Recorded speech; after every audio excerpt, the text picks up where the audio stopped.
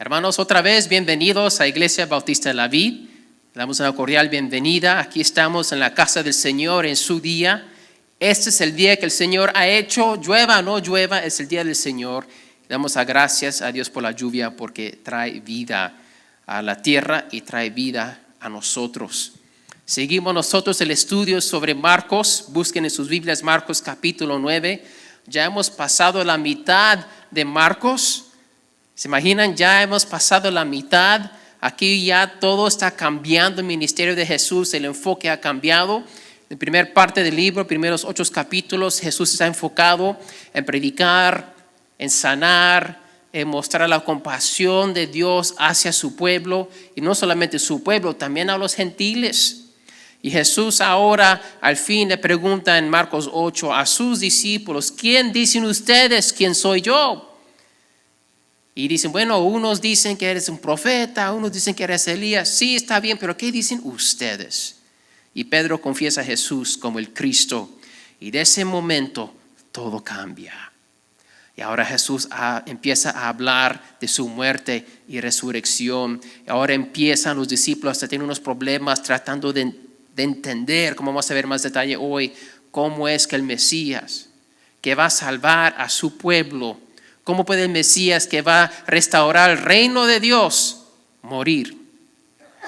A veces nosotros en la vida estamos en situaciones, en circunstancias que pensamos que las cosas deben de ser de una manera, de cierta forma, y alguien nos dice, no es así, es de otra. Es como que uno empieza a jugar un juego de billar. Los que juegan billar, y si unos cristianos piensan que es pecado, pero si uno no está apostando, es solamente jugando, está bien, no se preocupen. Pero saben que en ese juego, cualquier otro juego, diferentes personas juegan con diferentes reglas a veces. Y uno entonces empieza a jugar con las reglas que uno sabe, y luego hace algo que piensa que está bien, y luego le dicen, no, eso no se permite. Pero sí, así juego yo. Sí, pero así no jugamos nosotros. Y estás en nuestra casa. Entonces perdiste y pensaste que habías ganado. A veces uno piensa que las reglas son de una forma y son otra. Y a veces aquí vamos a ver, los discípulos pensaban que los planes de Dios se iban a manifestar en cierta forma. Y ahora Jesús le está diciendo, no es así. Es de otra manera. Y los discípulos están tratando de entender ¿cómo puede ser esto? Entonces vamos a leer Marcos 9, versículos del 9 al 13. Puestos de pie en reverencia a la palabra de Dios, los que se pueden poner de pie, empezando 9:9 de Marcos. Yo estoy leyendo de la Biblia de las Américas, pueden seguir en su copia la palabra de Dios. Y dice así: cuando bajaban del monte, les ordenó que no contaran a nadie lo que habían visto, hasta que el Hijo del Hombre resucitara de entre los muertos. Y se guardaron para sí lo dicho, discutiendo entre sí qué significaría resucitar de entre los muertos. Y le preguntaron diciendo, ¿por qué dicen los escribas que Elías debe venir primero? Y él les dijo, es cierto que Elías, al venir primero, restaurará todas las cosas. Y sin embargo, como está escrito del Hijo del Hombre que padezca mucho y sea despreciado. Pero yo os digo que Elías ya ha venido y le hicieron cuanto quisieron, tal como está escrito de él. Amén. Que Dios bendiga la lectura de su palabra. Pueden tomar sus lugares. Vamos a ir versículo por versículo. Parece que no hay mucho aquí, pero lo más que uno empieza a observar y a leer y a ver cómo está conectado todo esto con el resto del libro de Marcos, con las profecías del Antiguo Testamento, vamos a ver que hay mucho aquí. En versículo 9, ya están bajando del monte, habían subido a Jesús con sus 3 discípulos más íntimos, Pedro, Jacobo y Juan. Él se transfiguró delante de ellos, vieron la majestad de Cristo, vieron a Elías con Moisés aparecer. La nube del cielo bajó, que representa la presencia, la gloria de Dios. Dios Padre les habló, le dijo, este es mi Hijo amado, a él oíd. Es algo milagroso. Bueno, se terminó. Ahora están bajando del monte. Y Jesús les mandó que no contaran a nadie nada de lo que habían visto hasta después de su resurrección. Entonces vemos aquí que Jesús ya está hablando en capítulo 8, ahora en capítulo 9, lo sigue hablando de su muerte y resurrección. Y esto es parte del plan de Dios. Esto es una de las razones, quizás la razón principal por la cual Él vino, para morir en la cruz y resucitar. Es un plan, fue el propósito, no fue algo de accidente que sucedió, que Jesús, ahora me van a matar, ¿qué voy a hacer? No fue que Jesús hizo una cosa y vio cómo se desarrolló y dijo, bueno, ok, esto está bien. No, este es el plan, el propósito del Mesías, del Cristo, morir en la cruz. Y entonces los discípulos, por lo menos en versículo 10, hemos visto que no han entendido, tienen corazones duros. Jesús tiene que reprender a Pedro y muchas cosas así. Pero por lo menos aquí en versículo 10 dice que ellos guardaron para sí lo dicho. Por lo menos guardaron y obedecieron la palabra de Jesús en este caso. Muchos no obedecieron este mandato. No es la primera vez que Jesús hace un milagro, hace algo maravilloso y dice, por favor, guarda silencio, no se lo cuenten a nadie. Por ejemplo, el leproso, en capítulo 1, Jesús sana a un leproso. Jesús le dice, por favor, regresa a tu casa, no le digas a nadie, disfruta de lo que Dios ha hecho en tu vida, pero shh. ¿Y qué hace el leproso? Le cuenta a todos. Y le cuenta a todos. Y después Jesús ya ni puede quedarse en la aldea, tiene que estar afuera, porque ya no puede entrar. Y entonces aquí los discípulos por lo menos guardan la palabra y ellos obedecen a su Señor. Pero empiezan a discutir sobre la resurrección. Les ordenó que no contaran a nadie lo que habían visto hasta que el Hijo de Hombre resucitara entre los muertos. Se guardaron para sí lo dicho, discutiendo entre sí qué significaría resucitar de entre los muertos. ¿Qué estaban discutiendo? Para nosotros poder entender, tenemos que entender el trasfondo del pensar judío en el primer siglo sobre la resurrección. En el primer siglo, aquí en el año 30 más o menos AD de este siglo, la mayoría de los judíos esperaban y creían y esperaban en una resurrección, pero una resurrección general al fin del tiempo, en el día final, después de que todo se acababa. Creían que iba a haber una resurrección. Y los que entonces esperaban esta resurrección pensaban que era el día final, al final de la historia. No esperaban una resurrección específica dentro de la historia, durante el tiempo de la humanidad en esta tierra. Guarden su lugar aquí en Marcos 9, pero busquen Juan, capítulo 11. 2 libros después de Marcos. Juan, capítulo 11. Esta es la historia de Lázaro, de que Jesús resucita a su amigo de la tumba después que está muerto 4 días. Pero antes de resucitar a su amigo, él estaba llegando a la aldea de Betania donde vivían Lázaro y sus hermanas Marta y María, eran buenos amigos. Jesús está llegando, Marta va y lo busca, ella lo ve de lejos, corre hacia él. Y vamos a ver Juan 11, 23. Él le dice, tu hermano resucitará. Marta le contestó, yo sé que resucitará en la resurrección, en el día final. Jesús le dijo, yo soy la resurrección y la vida. El que cree en mí, aunque muera, vivirá. Marta declara que ella cree en la resurrección, en el día final. Eso es la mayoría de los judíos en este siglo. Creen en la resurrección en el día final. Bueno, Jesús toma la oportunidad de explicarle, bueno, yo soy la resurrección. Yo soy la vida. Si tú quieres resucitar en el último día, es a través de mí. Pero si Jesús le dice eso a Marta, ¿qué va a pensar Marta? Ok, pues sí, Marta cree que Jesús es el Cristo. Ella cree en la resurrección. Jesús le dice, yo soy la resurrección. ¿Qué va a concluir Marta? Ok, Jesús, yo creo que va a resucitar en el último día y que tú eres la resurrección. Ella nunca se imaginaba que en ese mismo día Jesús iba a levantar a su hermano de la tumba. De una manera similar, podemos ver que los discípulos nunca pensaron que Jesús mismo se iba a levantar de entre los muertos al tercer día. Si Jesús iba a morir en Jerusalén, en la mente de estos discípulos, Él no iba a resucitar quizás hasta el último día. No importaba que Jesús les decía una y otra vez, empezando en 8:31, que después de 3 días voy a resucitar. Escuchaban eso, pero en su mente ya tenían pensado y ya estaba bien aclarado, va a haber una resurrección. ¿Cuándo? En el último día, al final de la historia. Las mentes de los discípulos estaban bloqueadas. Y es por eso quizás que estaban discutiendo qué significaría resucitar de entre los muertos. Ahora no sabemos exactamente la discusión aquí, regresando a Marcos 9.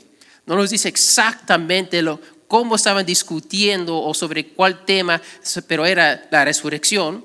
Pero podemos ahora, entendiendo cómo los judíos en general pensaban sobre la resurrección, podemos ahora ver que tal vez estaban hablando y tratando de entender la conexión entre el último día y resucitar al tercer día. ¿Cómo encajan estas dos cosas diferentes? Creemos en la resurrección, eso no es el problema, pero ¿cuándo? Último día, Jesús dijo 3 días. ¿Es 3 días simbólico quizás para llegar al último día? Son 3 días literales, pero eso no es el último día. Y bueno, pues Él resucitó a Lázaro, pero Jesús resucitó a Lázaro. ¿Quién va a resucitar? A Jesús. Y quién sabe cómo fue la discusión ahí, ¿no? Puede ser que estaban tratando de ver cómo su entendimiento tradicional sobre la resurrección encajaba con lo que Jesús ahora le estaba diciendo, pero no veían cómo. Entonces ahora parece que la conversación se va en otra dirección. En versículo 11, y le preguntaron diciendo, ¿por qué dicen los escribas que Elías debe venir primero? Parece que están cambiando el tema, pero no lo están cambiando, es el mismo tema. Recuerda que en la transfiguración, ¿a quién vieron? A Jesús, a Elías con Moisés. Pero ¿por qué la pregunta sobre Elías? Elías, como vamos a ver aquí en unos momentitos, significaba que el reino de Dios estaba al punto de revelarse. Que cuando se aparece a Elías, ahí mero ya llega el reino de Dios. Los discípulos, sabiendo esto, estaban haciendo la misma pregunta de 8:32. Si ven 8:32, dice Jesús a sus discípulos y les decía estas palabras claramente, que iba a morir y resucitar. Y Pedro lo llevó aparte y comenzó a reprenderle. ¿Por qué le estaba reprendiendo Pedro, si se recuerdan? El Mesías no va a morir. El Mesías va a establecer el reino de Dios aquí en la tierra. ¿Cómo puede el Mesías morir? Entonces aquí los discípulos se están preguntando, ¿cómo puede el Mesías sufrir y morir si Él es el que va a establecer el reino de Dios aquí en la tierra? Es imposible, no puede ser. Y si ya vimos a Elías, que es prometido por Dios, ¿qué entonces estás diciendo que tienes que morir? ¿No eres el Mesías? Declaramos que el Mesías, dijiste sí soy, ok, Él es el Mesías, pero va a morir. Pero ¿cómo puede Él cumplir el rol del Mesías si va a morir Jesús? Por favor, ¿no dice la palabra que Elías va a venir primero? Vamos a ponernos en las sandalias de los discípulos un poquito más. Vamos a explorar el contexto del judío aquí en el primer siglo. Los escribas dicen aquí, no dicen nosotros decimos. Dicen que los escribas, ¿no? Dicen que Elías debe venir primero. Pues ¿saben qué? Los escribas tenían toda la razón. Busquen Malaquías capítulo 4. Es el último libro del Antiguo Testamento. Fue nuestra lectura hoy. Malaquías 4. Esto es clave para entender lo que los discípulos estaban pensando, lo que la mayoría de los judíos entendían. Malaquías 4, vamos a leer ahí versículo 5. He aquí, yo os envío al profeta Elías antes que venga el día del Señor, día grande y terrible. Malaquías 4, como leímos en la lectura bíblica hoy, habla del gran día del Señor. El día del Señor es una manera que los profetas hablaban del día de juicio, que Dios iba a traer juicio sobre el mundo y que iba a venir un fuego divino para consumir a todo y a todos en justicia, para traer juicio a los que no temían a Dios. Dice el versículo 1, porque aquí viene el día ardiente como un horno y todos los soberbios y todos los que hacen el mal serán como paja y se van a quemar. Pero los que temen al Señor no va a ser día de destrucción, va a ser día de sanidad, de bendición. Hay un contraste ahí en el día del Señor. Para unos va a ser un día terrible, para otros va a ser el día de justificación. Los judíos pensaban que el juicio iba a ser para sus enemigos. Todos los que eran nuestros enemigos se van a quemar. Dios, ven ahora, por favor. Establece tu reino. Imagínate esperando un Mesías, el día del Señor, para al fin nunca sufrir más. Estaban bajo Roma, estaban bajo el dedo de los romanos, de los gentiles, les hacían sufrir, les quitaban su dinero, no se podían gobernar ellos solos, querían ser libres de eso y estaban esperando un día que el Mesías viniera y que los quemara a todos. Pero el juicio divino es para todos los que no esperan en el Señor. Es interesante porque si uno lee los profetas, el Pentateuco, los primeros 5 libros de la Biblia, al fin en Deuteronomio, capítulos 28 al 31, después de que toda la ley es expuesta, después que Dios le da a su pueblo, tiene que hacer todas estas cosas, aquí están las leyes, aquí están las razones por qué yo soy tu Dios, no tengan otros dioses. Dice, si ustedes obedecen va a haber bendición. Este es un pacto, una promesa. Pero si desobedecen, va a haber consecuencias. Y si leen Deuteronomio 28 al 31, van a ver que la lista de consecuencias es mucho más larga que la lista de bendiciones. Porque Dios estaba tratando de enseñar a su pueblo, hey, les quiero dar cosas buenas, pero si no me siguen, si no me temen a mi nombre, va a pasar muchas cosas malas. Aquí está la manera que deben de vivir. Quiero bendecirles. He mostrado cómo si se salen de ahí, van a haber cosas malas que les esperan. Los judíos nunca pensaban que el juicio también podía incluirlos a ellos. Dios es justo, dice la palabra de Dios. Él es un juez justo. Y un juez justo tiene que castigar a todo el pecado. Dice Romanos 6:23a que la paga del pecado es muerte. Un juez justo no puede ignorar la ley. Pero también vemos que aquí mismo en Malaquías, también en Romanos 6:23, pero el don de Dios, el regalo de Dios es vida eterna. Aquí vemos en Malaquías 4 que Dios también es misericordioso, porque aunque viene el día del Señor, aunque viene el día de juicio, antes de eso, ¿a quién va a mandar? A Elías. ¿Pero por qué?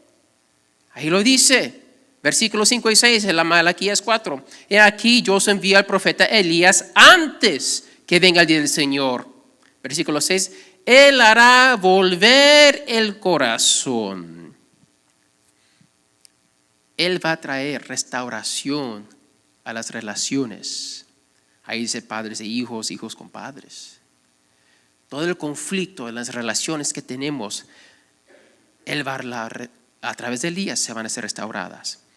La palabra volver aquí es muy similar a la idea de arrepentir. Para volver, uno tiene que regresar de donde vino. Si uno sale de la casa para volver, tiene que regresar a donde estaba, ¿verdad? Si se fue al sur para ir al mall donde están ahí todos los hispanos, el Chuck E. Cheese y todo, ya se me olvidó dónde está el seminario ahí. Pero ya saben dónde están, ¿verdad? De aquí tenemos que ir al sur. Para volver tenemos que ir, ¿qué? Hacia el norte. El arrepentimiento es la misma idea. Cuando uno está en una dirección y se arrepiente, cambia de dirección 180 grados. Ahora me arrepentí, ahora me voy para acá. El arrepentimiento es cambiar de dirección. Es la misma cosa de volver. El arrepentimiento no es una emoción, es una decisión que uno toma de cambiar por el amor y el perdón de Dios. Entonces aquí vamos viendo, ahora regresando a Marcos capítulo 9. Jesús afirma, Él contesta la pregunta de los apóstoles. Ellos dicen, oye Jesús, ¿por qué dicen que los escribas que Elías debe venir primero? En versículo 2 Él dice que sí, Elías en verdad va a venir primero y que ya ha venido en versículo 3. Elías ya vino, ya llegó. Ay, pues, ¿dónde estaba? En el monte, en la transfiguración. No. Aquí es donde nos ayuda un poquito Lucas. Marcos, el libro de Marcos es Lucas, capítulo 1. Esta es la historia de la Navidad, ¿verdad? Antes de que nació Jesús, nació su primo, Juan el Bautista. Y vemos en Lucas 1:15 la profecía sobre quién Juan el Bautista iba a ser. Dice aquí 1:15, porque él, hablando de Juan, será grande delante del Señor, no beberá ni vino ni licor, y será lleno del Espíritu Santo aún desde el vientre de su madre. ¿Y él hará qué? Él hará volver a muchos de los hijos de Israel al Señor su Dios, e irá delante de él en el espíritu de poder ¿de quién? Elías, para hacer volver los corazones de los padres a los hijos. Oye, eso es Malaquías 4, lo que acabamos de ver. Juan el Bautista vino en el espíritu de Elías. Y cuando vemos ahora regresando a Marcos capítulo 9, Jesús está diciendo, Elías ya vino. ¿Por qué? Era Juan el Bautista, que él vino en el espíritu de Elías. ¿Y qué hizo? ¿Cómo es que Juan el Bautista, dice Jesús aquí, que él restaurará todas las cosas? Versículo 12. ¿Cómo es que Juan el Bautista restauró todas las cosas? Todavía no se veía el reino de Dios, todavía había pecado, todavía hay problemas, hoy en día siguen. ¿Cómo es que al venir primero restaurará todas las cosas? Todavía hay problemas entre padres e hijos, ¿verdad? Esa es la promesa en Malaquías 4, lo vimos en Lucas 1. ¿Cómo? A través de la predicación del Evangelio. Y si recuerdan en Marcos capítulo 1, búscanlo. Yo sé que están en mucho ejercicio hoy con sus dedos. Disculpa, hermanos, que lo hago trabajar tanto con sus Biblias. Pero Marcos capítulo 1 empieza el Evangelio de Marcos y dice en versículo 1, principio del Evangelio de Jesucristo, Hijo de Dios, como está escrito, he aquí yo envío mi mensajero delante de tu faz, el cual preparará tu camino. Versículo 4, Juan el Bautista apareció en el desierto, predicando el bautismo de arrepentimiento para el perdón de pecados. Y dice versículo 7 y 8, y predicaba diciendo, tras mí viene uno que es más poderoso que yo, a quien no soy digno de desatar, inclinándome la correa de sus sandalias. Yo os bauticé con agua, pero él os bautizará con el Espíritu Santo. Juan el Bautista predicó el bautismo de arrepentimiento para el perdón de pecados, como acabamos de ver. Esto es como Juan el Bautista restauró todas las cosas. Predicó el bautismo de arrepentimiento, bautizó a las personas que confesaban su pecado y preparó así el camino para Jesús, el Mesías. ¿Cómo es que el arrepentimiento y el bautismo puede preparar y restaurar todas las cosas? ¿Cómo? Como dice Lucas 1 en la profecía de su nacimiento. Él preparó los corazones para recibir el Evangelio de Jesucristo. Él preparó los corazones. Hermanos, esta es la cosa. Aquí está el resumen de todo esto. Hemos visto Malaquías 4, Lucas 1, Marcos 9. Pastor, ya estoy confundido. Ok, aquí está todo clarito, ok. Aquí está el resumen. El reino de Dios estaba cerca. Sí estaba cerca, pero un reino espiritual. No un reino físico como un gobierno que tenemos hoy en día en todos los países del mundo. La salvación que los judíos y nosotros necesitamos no es una salvación política, es una salvación espiritual. El enemigo de nosotros no es un enemigo externo, sino un enemigo interno. El problema no es el gobierno, no es el presidente, el Congreso, no es el dictador, el problema es nuestro pecado. Sí, tenemos un adversario, dice la palabra de Dios. Tenemos un adversario que pelea contra nosotros, claro que sí. Pero no es Satanás que nos impide de la presencia de Dios. La Biblia dice que es el pecado, nuestro pecado, que nos separa de Dios. Si leen Génesis 3, la serpiente no hizo a Eva y Adán pecar, solamente los tentó. Los hizo dudar el amor de Dios. ¿Pero por qué los echó Dios del jardín de Edén? Por su pecado. ¿Qué nos sigue separando de la gloria de Dios hoy en día? Nuestro pecado. Y cuando nosotros nos queremos acercar a Dios, ahora sí viene el enemigo, le viene la serpiente de nuevo y nos trata de desviar, de dudar lo que Dios dice en su palabra, de tapar nuestros ojos para que no veamos la verdad. Nosotros somos los enemigos de Dios. No es el gobierno, no es Roma como los judíos pensaban. Somos enemigos de Dios porque nos rebelamos contra Dios cuando pecamos contra Dios. Y estamos nosotros destinados, como dice Malaquías 4, para recibir el juicio de Dios. Pero también somos los mismos a quien Dios manda a Elías. Y también después de él, el Mesías, para que seamos restaurados, para que seamos llamados no enemigos de Dios, pero amigos de Dios. Los discípulos querían un gobierno aquí en la tierra para deshacerse de sus problemas políticos. Dios dijo, mira, si les doy un gobierno nuevo, eso no te ayuda con tu esposa, con tu esposo. Eso no te ayuda con tus hijos. Eso no te ayuda con tus relaciones. El problema que en verdad tienen está aquí. Y yo vine para ayudarles a resolver ese problema. En versículo 13, regresando al texto, y él dice, pero yo os digo que Elías ya ha venido y le hicieron cuanto quisieron, tal como está escrito de él. Entonces, ¿cómo se logra toda esta salvación del corazón de que Jesús está tratando de enseñar a sus discípulos? Lo que vemos en Malaquías. El Hijo del Hombre, Jesús le da ese título porque Él es hombre, Él es ser humano como nosotros. El Hijo del Hombre va a padecer mucho y ser despreciado, así como Elías, Juan el Bautista. Jesús vuelve otra vez a enseñar a sus discípulos que el reino de Dios vendrá con poder, pero primero vendrá sufrimiento. Los discípulos ya sabían de la muerte de Juan el Bautista. En Mateo 6 vimos que le cortaron la cabeza. Ahora están haciendo la conexión. Oh, ese es Elías y lo mataron. Jesús dijo, hicieron lo que querían con él. ¿Qué esperan del Mesías?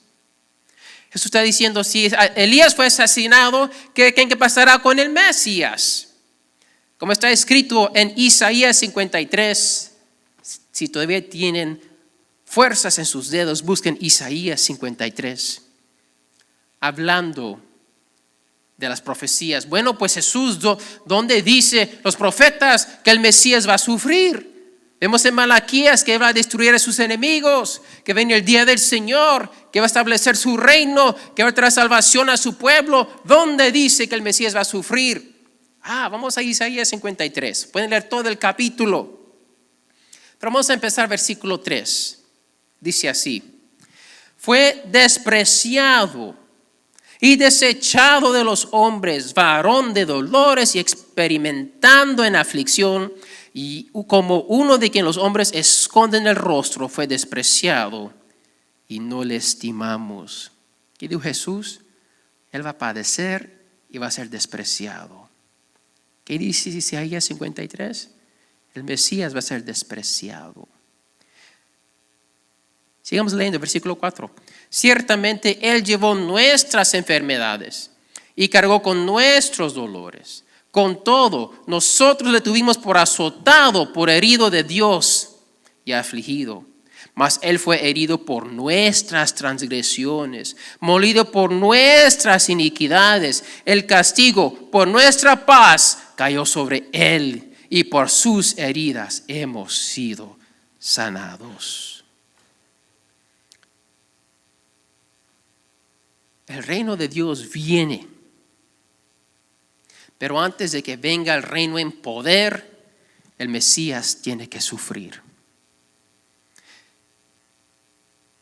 Recuerda que Dios es justo y el pago del pecado se tiene que dar. El sufrimiento viene antes de la gloria, y para Jesús la muerte vino antes de la resurrección. Entonces, ¿qué aprendemos? Unas lecciones aquí, ¿ok? Hemos visto cada versículo en un poco de detalle. Primero, Jesús desafía nuestras creencias más firmes. Jesús desafía nuestras creencias más firmes. Así como los discípulos y los demás de los judíos con la resurrección. En su mente ya pensaban que sabían cómo iba a ser. Jesús dijo, no, va a ser de una manera diferente. El Mesías los va a salvar, pero no como piensan. Primero va a ser en sufrimiento, luego vendrá la gloria. Pero lo hago de esa manera porque les voy a salvar de su pecado primero. Nuestro pensar tradicional, nosotros hoy en día, no encaja con las enseñanzas de Jesús muchas veces. Nosotros queremos venir a la palabra de Dios, queremos venir a Dios la manera que nosotros pensamos, la manera que a nosotros nos enseñaron, la manera que hemos escuchado en la televisión, en la radio, la manera que pensamos, bueno, pues esto está bien. Pero no, dice Juan 4, que Dios busca adoradores que lo buscan, ¿en qué? En espíritu, pero también en verdad. Tenemos que venir a Dios de la manera que Él nos enseña. No como a nosotros nos parece, pero como a Dios le parece. Y gracias a Dios, que nos manda Elías, nos ha dado su palabra para mostrarnos cómo. Jesús quiere hacer algo nuevo en nuestras vidas, pero primero tenemos que dejar lo viejo. Los que se recuerdan del mensaje de Marcos 2, del vino nuevo en odres nuevos. Uno no puede poner un vino nuevo en odre viejo porque se pierde el vino y el odre. Pero ¿saben qué? Dios quiere hacer algo nuevo en nosotros. Pero para recibir lo nuevo tenemos que dejar lo viejo. Jesús desafía nuestras creencias más firmes. Debemos de dejar todo lo que sabemos y llegar a la palabra con ojos y corazones abiertos. Otra lección. Dios mandó a Juan el Bautista para ablandar los corazones, para que estuvieran, dice la palabra de Dios, bien dispuestos. Dios mandó a Juan el Bautista para predicar, bautizar y preparar el camino para Jesús. Dios, como ya estamos viendo, quiere perdonar nuestro pecado. Dios quiere restaurar nuestras relaciones. Y Él ha preparado todo para lograr eso. Pero también Dios es justo y tiene que juzgar el pecado. Entonces, primero Él manda a Elías para preparar el camino para Jesús, quien es el camino a Dios Padre. Juan 14:6. Jesús dijo, yo soy el camino, la verdad y la vida. Nadie llega al Padre sino por mí. Él es el camino. Juan preparó el camino para Jesús y Jesús es el camino a Dios. Entonces, hoy no tenemos a Juan el Bautista. ¿Sabes qué tenemos? La iglesia. La iglesia anuncia el evangelio. La iglesia es el vehículo que Dios ha designado, preparado y dado la palabra y el Espíritu Santo, su Espíritu, para proclamar al mundo: oye, Cristo te ama. Están en pecado, viene el juicio, pero Dios te quiere perdonar y te ha mandado a Jesús para tomar tu lugar. Nosotros predicamos el evangelio, pero también bautizamos a los que confiesan su pecado y siguen a Cristo Jesús. Gracias a Dios que Israel tuvo Elías. Gracias a Dios que ahora el mundo tiene la iglesia.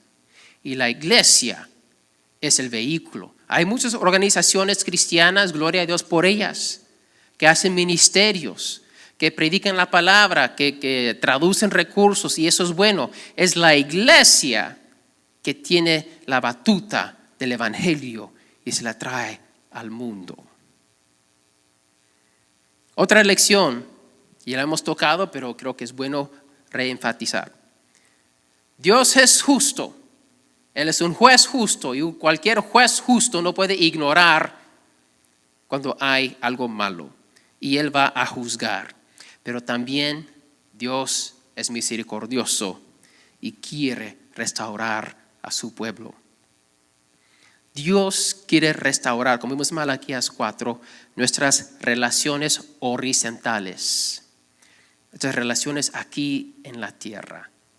Matrimonios, con tu esposo, con tu esposa, con tus hijos, con tus padres, quizás con otros seres queridos, hermanos y hermanas en la carne, amigos, compañeros del trabajo que a veces son más que familia. Dios quiere restaurar esas relaciones. A veces hay conflicto. Muchas veces no nos llevamos bien. Dios quiere terminar los conflictos en nuestras relaciones. Él quiere terminar el abuso. Él quiere terminar la soledad, la depresión, los argumentos, todo el estrés que sufrimos por relaciones que están en conflicto. Dios quiere darnos matrimonios exitosos, familias llenas de amor y de paz. Él nos ama y Él no nos quiere ver sufrir. Cualquier padre que ama a su hijo lo quiere ver sufrir. No, Dios es amor. Él nos ve aquí sufriendo en la tierra. Y por el amor dijo: tengo que hacer algo, voy a hacer algo. Él hizo algo, nos dio su hijo. Pero antes de restaurar las relaciones horizontales, Dios quiere restaurar nuestra relación vertical, nuestra relación con Él. Dios quiere erradicar nuestra vergüenza, nuestra culpa y el temor que sufrimos en nuestros corazones por causa del pecado. ¿Saben cómo se ve un niño cuando sabe que hizo algo malo y papá ya está llegando hasta la puerta y sabe que vienen las consecuencias? ¿Ustedes se recuerdan cómo se sentía eso? Uno siente la culpa, siente temor, siente vergüenza. Ay, yo hice eso, ¿por qué hice eso? Ya viene el pau. Bueno, sentimos eso con Dios también cuando no vivimos como debemos. Y lo sentimos aquí y lo tratamos de esconder a veces. Tratamos de hacer las cosas bien y no siempre salen bien. Dios nos quiere quitar todo eso. Todo eso que sufrimos, la vergüenza, la culpa, el temor, es por causa del pecado. Y a veces simplemente decirnos: está bien, hijo, hija, no te preocupes, te perdono. Pero el problema sigue ahí. ¿Qué te ayuda eso? Dijo: no, vamos a la raíz del problema. La raíz del problema es el pecado. El pecado le da vida al temor, le da vida a la vergüenza, le da vida a la culpa. Si arrancamos el pecado del corazón de la humanidad, van a ser libres de todo eso.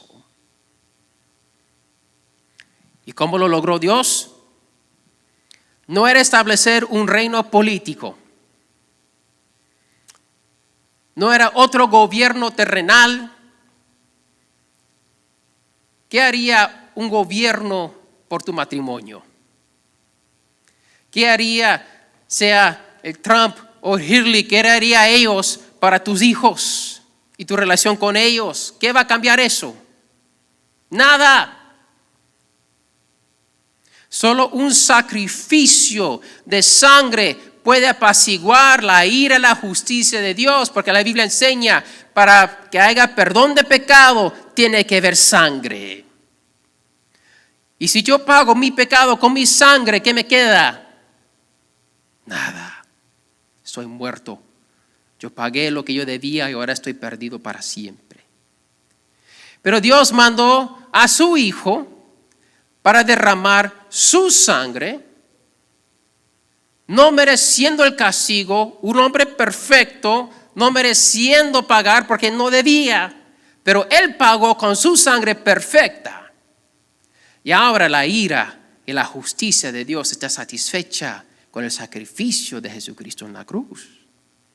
Y cualquier persona que se arrepiente de su pecado, cambia de dirección y pone su fe en Jesucristo, que su sacrificio me da vida. Eso es lo que la Biblia llama salvación. Eso es lo que decimos que es la vida cristiana. Y es por esto que Jesús fue menospreciado y padeció mucho. Fue nuestro desprecio, como leímos en Isaías 53. Es nuestro padecimiento que Él sufrió para satisfacer el pago del pecado, para nosotros tener vida. ¿Quieres restaurar tus relaciones horizontales? ¿Quieres tener buenas relaciones con tus seres queridos? Bueno, primero tienes que arreglar tu relación vertical, tu relación con Dios. Para restaurar tu matrimonio tienes que volver a Dios. Deja tu pensar antiguo del pasado. Recibe lo nuevo que Dios hoy te ofrece. Deja tu vida sin esperanza atrás. Vuelve a Dios para tener una vida con propósito. Ay, pero no sé si hay esperanza para mí, lo que he hecho es demasiado, no sé. Oye, la falta de esperanza es una mentira del infierno, porque con Cristo, mientras uno tiene vida, hay esperanza. No importa qué tan mal esté la situación. El primer cambio necesario para tu matrimonio o para tu relación con tus hijos o con tus padres o tu hermano o tu hermana o cualquier otro ser querido, el primer cambio que Dios quiere hacer, el primer cambio que Dios tiene que hacer está en el espejo. Muchas veces queremos que Dios cambie la otra persona primero. Dios, si tú cambias mi esposo, mi matrimonio estaría mejor. Si cambias a mi esposa, Señor, por favor, repréndela porque está mal. Entonces no es el único que ha pensado así, ¿eh? Ay, Señor, estos hijos necesitan a Cristo, son del diablo. Bueno, tal vez si fueras mejor madre o mejor padre o mejor esposo o mejor esposa, las cosas serían mejor. Pensamos que el problema está externo, regresamos a ese punto, ¿no? Pero el problema está aquí. No estoy diciendo que la otra persona no tiene cambios que hacer. No estamos diciendo que Dios no tiene que obrar, la otra persona tampoco. Pero tenemos que empezar donde Dios empieza, en nuestro corazón. Y yo les aseguro, porque yo lo he experimentado en mi vida y en la vida de otros, si tú te entregas a Dios primero y tú dejas que Dios obra en tu corazón primero y el cambio empieza dentro de ti, la otra persona también va a cambiar. No va a ser el bus de express. Toma tiempo.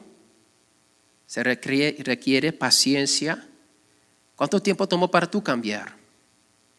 ¿Cuántos años has estado en ese problema y quieres una curita para que te lo arregle así rapidito? ¿Cuándo funciona la vida así? Nunca. Nos tomó años de crear el problema. Va a tomar años, paciencia, fe, confianza en Dios para llegar a donde uno quiere estar. La pregunta es esta: ¿tienes el corazón duro o un corazón dispuesto? Cuando escuchas la palabra de Dios, cuando el pastor, un cristiano, una hermana en Cristo te habla de Dios, te dice: mira, hermana, en esta área te falta, en esta área estuviste mal, sabes que tienes que pedirle perdón, sabes que tienes que perdonar. ¿Lo aceptas?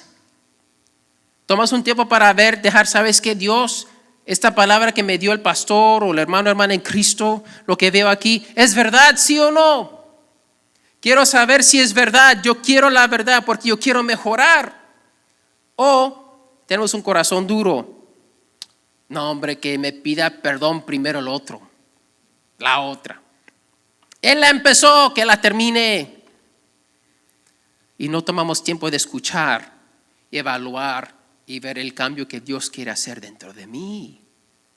Para que yo tenga paz, para que yo tenga gozo, para que haya menos conflicto en mis relaciones. Cuando dejamos que Dios entre y tome control de nuestras vidas, estas relaciones horizontales empiezan a cambiar, porque Dios cambia a nosotros. No tengan el corazón duro. Toma el primer paso. Pero duele, pastor, duele. Sí, al principio sí, tomar el primer paso duele. Pero ¿sabes qué? ¿Quieres empezar a recibir perdón, sanidad, gozo? ¿O quieres seguir en el camino donde estás? Sufriendo más, días, semanas, meses. O sabes que enfrentar tu pecado, sentir esa culpa, pero también sentir ese perdón que te lo va a borrar todo. Hebreos 3 habla, y se lo voy a leer. Él está hablando a la iglesia, a cristianos, diciéndoles que no esperen, que ya entréguense a Cristo. Hoy es el día de salvación. Hebreos 3, y no sabemos a quién lo escribió, pero esa palabra de Dios dice en Hebreos 3, 7 en adelante. Por lo cual, como dice el Espíritu Santo, si hoy escuchas su voz, no endurezcáis vuestros corazones como en la provocación, como el día de la prueba en el desierto. Versículo 11, como juré mi ira, no entrarán en mi reposo. Tened cuidado, hermanos, no sea que en alguno de vosotros haya un corazón malo de incredulidad para apartarse del Dios vivo. Los cristianos podemos apartar de Dios por un corazón duro, por no aceptar la palabra. Si hoy escuchamos su voz, debemos de recibir su palabra, recibir su voz para que Él obre en nosotros. Corazón duro o corazón dispuesto. Dios nos ama y nos quiere librar de nuestros pecados que nos causan tantos problemas y sufrimiento. Dios nos quiere salvar primeramente del juicio venidero. Los que tenemos a Cristo en el corazón, hemos tomado ese paso de fe, ya somos salvos del juicio final. Pero ¿sabes qué? Él nos quiere seguir librando cada día del temor que sentimos, de la vergüenza que sentimos por nuestros errores, por la culpa que sentimos porque no la hicimos bien. ¿Sientes alguna de estas cosas? ¿Necesitas más de Cristo? Ay, pastor, es que me da temor por esto, por el otro. Necesitas más de Cristo. Pastor, es que la culpa no me deja. Necesitas más de Cristo. Ay, es que la vergüenza, los errores del pasado no me dejan seguir adelante. Necesitas más de Cristo. Él te quiere librar de todo eso. Es que no puedo perdonar, pastor. Ok, no, de verdad, no puedes. Si tú no dejas que Dios te cambie tu corazón.